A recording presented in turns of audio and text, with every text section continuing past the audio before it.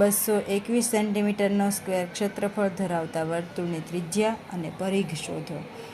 ક્ષેત્રફળ આપ્યું છે, ક્ષેત્રફળ ઉપરથી આપણે ત્રિજ્યા શોધશું, ત્રિજ્યા ઉપરથી પરિઘ શોધીએ. તો લખીએ વર્તુળનું ક્ષેત્રફળ બરાબર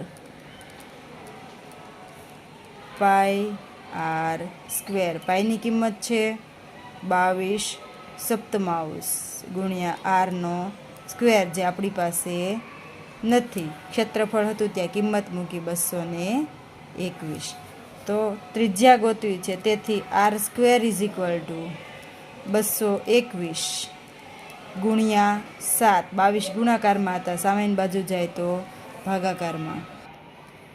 તેથી આરનો સ્ક્વેર ઇઝ ઇક્વલ ટુ 221 ગુણ્યા 7 એટલે 1547 ભાગ્યા 22. ભાગાકાર કરીએ તો 1547 ભાગ્યા 22, તો આપણને આરનો સ્ક્વેર મળશે 70.3182.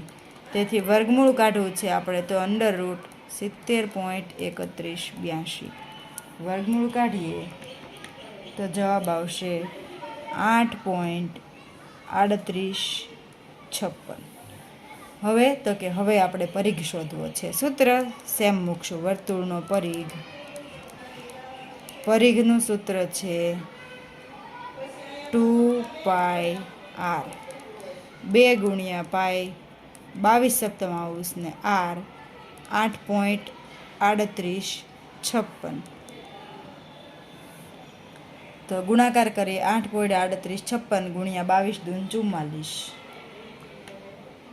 એટલે 368.9661/7.